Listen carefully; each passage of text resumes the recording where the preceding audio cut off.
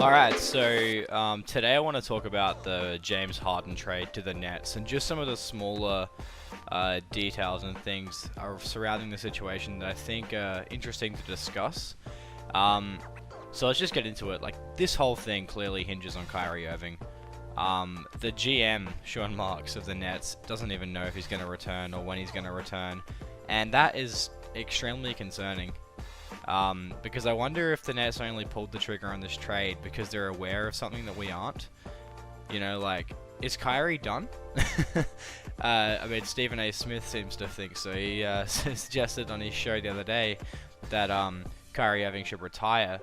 But, I mean, I know this is all, like, so crazy to speculate on, but Kyrie seems like a really unpredictable and weird kind of dude, and this would be the most Kyrie Irving thing ever, to just like bail out of Brooklyn or retire or do something dumb like that.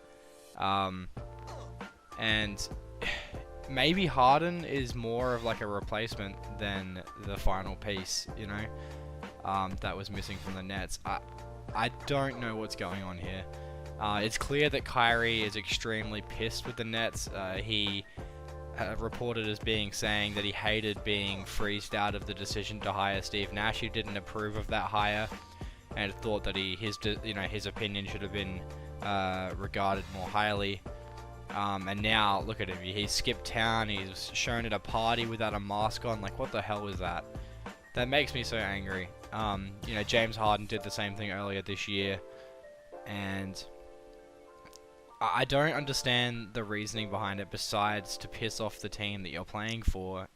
And obviously that's the reason that Harden did it, but like, why is Kyrie doing it now? And I guess that's why people are sort of speculating on this sort of stuff.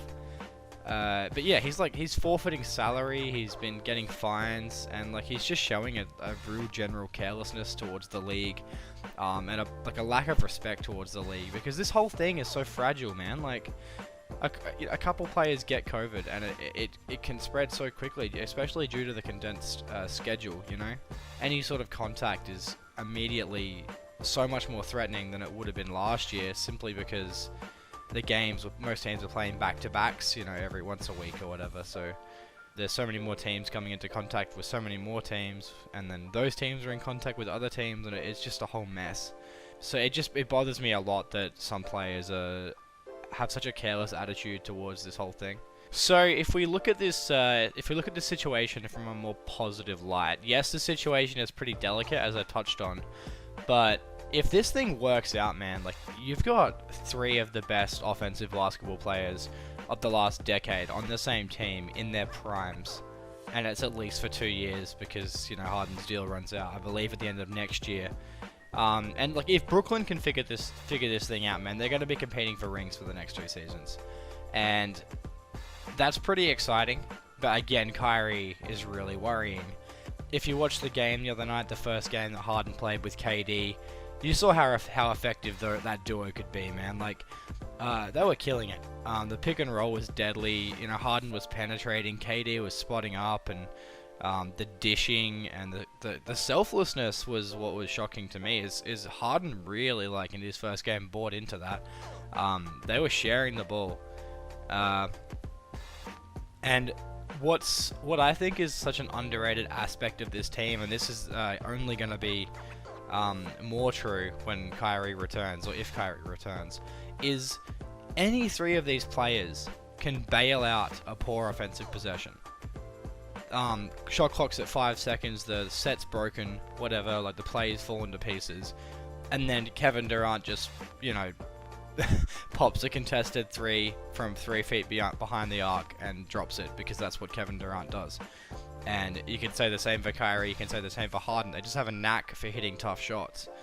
And I think that's going to become a very, very important factor come the postseason, especially when the defense tightens up, and they're guaranteed buckets at any point in the game. And it's exciting to think of the potential of this trio if they can figure this all out. But yeah, so if you can add a committed Kyrie Irving to this team, you know, a Kyrie that buys into everything, like, they might actually come out of the East. And I don't think it's going to be much of a question that any team that faces them in the postseason is going to be terrified, but just because of the offensive potential, it's on defense is a different story. But sometimes in this league, you know, it gets to a point where the offense is just too much to matter. Like, if you're respectable in defense, if you're even subpar in defense, your great offense can still carry you. And I think we're going to see something of that sort with this team. I don't think they're going to be a good defensive team, but like I said, I think the offense is just going to carry them through so smoothly, and they'll be fine.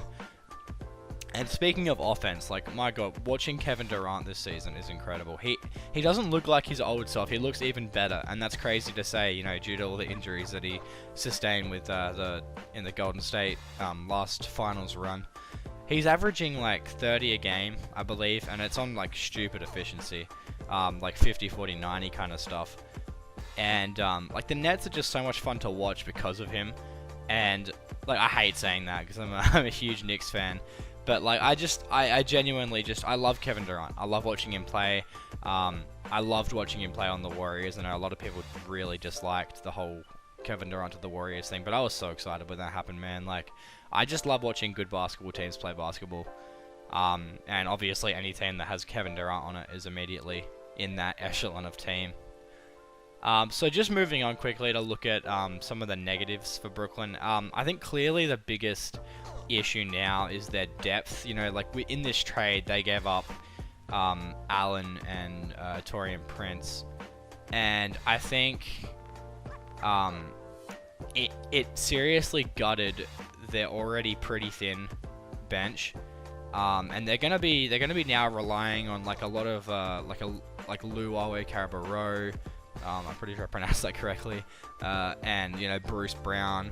DeAndre Jordan's going to have to start, which he was to start the season, and then Allen took over for like 2 or 3 games before he was traded. But even that's a downgrade. Like, Jared Allen's a better player than DeAndre Jordan at this point. But I think that the Nets are going to go, I mean, quote-unquote small, if you consider 7-foot Kevin Durant at center small. We're going to see that be closing games. I don't think they'll start games like that. I don't think you'll see like a crazy amount of minutes like that, but I think come crunch time, the last 5 minutes of the fourth quarter or overtime, you're going to see KD playing the 5 a lot more, just like he did with Golden State. And how is that going to look defensively? Like, we know KD can be an elite defender when he's locked in. We saw that with Golden State. He was an elite rim protector, and he's obviously can contest perimeter shots. He can guard pretty much like 1 through 5 effectively. But the issue here is obviously with Harden and Kyrie. Now, despite all the memes and whatnot about Harden, Harden can play defense. He's a legitimately respectable defender, especially in the post. He's something ridiculous, like the best post guard defender in the NBA for like the last 5 years or something. It's a crazy stat. And Kyrie, you know, when he's locked in, he can be a factor on that side of the court. But like I said, I don't think this team has really any defensive players outside of that. Like, Bruce Brown is okay. I just think they're going to have to really rely on solid team fundamental defense. They're going to come up against some tough teams in the East. You know, like if they come up against Philly with Joel Embiid, that's going to be a bit of a headache to try to figure out. Because I don't think DeAndre Jordan can keep up with him at this point in his career. Who else have you got in the East at the top end? Well, you're going to have the Celtics. I think well, you've got the three-headed monster there. You got, you know, Jaylen Brown, Kemba Walker, if we think he's going to be his old self, and obviously Jason Tatum, sorry. And I don't know how that matches up well. I think Jaylen Brown would have a field day against Kyrie or James Harden. But I think the biggest question is with the defensive end is, like, Kyrie Irving, like I said, he can be a factor on that end of the floor, but the way he's been acting recently, if he comes back, which I would predict that he would, is he going to be locked in? Are we going to see a locked-in Kyrie Irving? You saw in the 2016 finals the best version of Kyrie Irving. And yeah, when he's locked in, he's a good player defensively, he's a good player offensively, obviously. But I don't know if we're going to see that just due to from what we've seen so far this year.